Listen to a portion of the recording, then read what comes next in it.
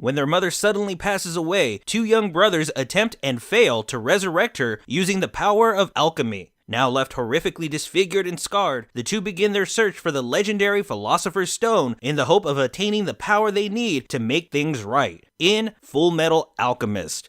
Greetings, Cinemaniacs, I'm Cinematico Magnifico of AmoralCrackpot.com, and welcome to the Nightly Chill.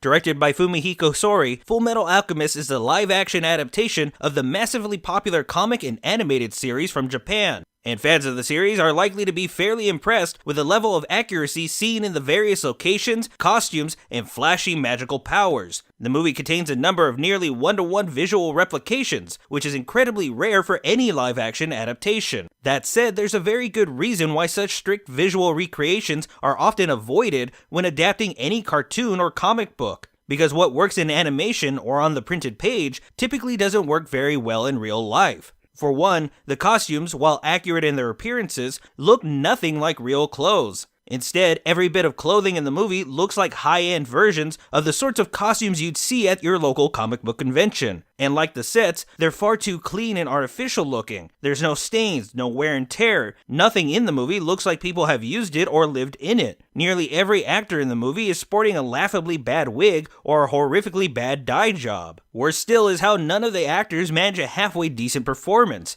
Now, it's true the actors managed to properly replicate the tone and mannerisms of their animated counterparts, but such things come across as wooden and clownish when done by a real actor on a real set. Nobody in this movie walks, talks, looks, or acts like a real person. And as a result, Fullmetal Alchemist comes across less like a movie and more like some high-budget stage performance, one that, much like the costumes, would be more at home at a comic convention. And at least a fan production could be forgiven for any lack of professional cinematic flair or talent. Of course, none of this even begins to touch upon the lazy, exposition-heavy dialogue that sounds as if it were written by some middle schooler. The movie and its less than two-dimensional characters are constantly telling us what's going on, how they're feeling, and even what's happening on screen at that very moment. In fact, there is so much more time given to characters detailing every aspect of this movie than there is time dedicated to fleshing out the characters themselves, their world, or even the stripped-down plot. The comic and TV series were both fairly long, and rather than attempt to kick off a series of films,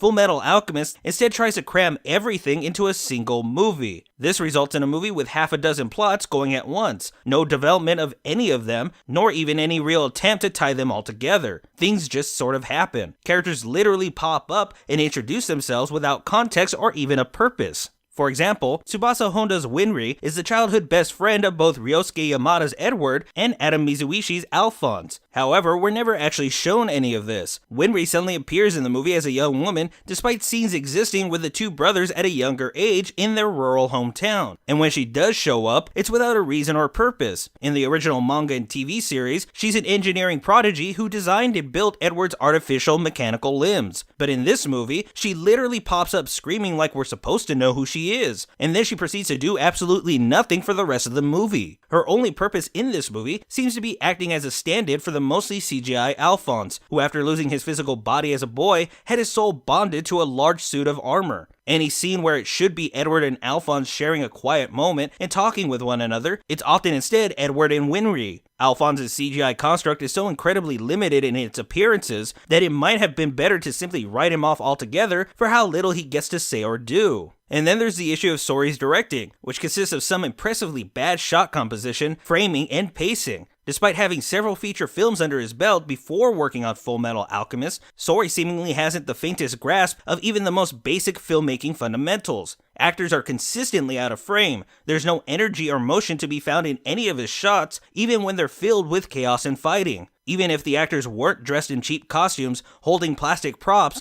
or mugging and vamping for the camera, there'd still be no dramatic weight to any shot or moment because of how bad everything is framed and cut together. And on top of all of this, Sori's directorial failings are somehow even more impressive once you realize that he had the original comic, 2 animated TV series, and several animated feature films to refer to while working on this one. How such a compelling story with a unique visual flair and style was turned into such a lackluster mess of a film is shocking to say the least. Nothing in this movie was done well or right in any objective way. Fullmetal Alchemist looks bad, is acted bad, and is put together in arguably the worst way possible. There's no respect present for the source material that was plundered for the sake of this adaptation. There's no respect for the craft of acting, let alone filmmaking in general. And there's certainly no respect for the audience this movie was clearly intended for, let alone a general audience who might accidentally waste their time with it. The guiding law of alchemy is supposed to be that of equivalent exchange. To obtain one thing, something of equal value must be given. Fullmetal Alchemist offers nothing as a cinematic experience, and because of that, it is most definitely not worth offering up your time or money to watch. Fullmetal Alchemist is, without question, a no chill.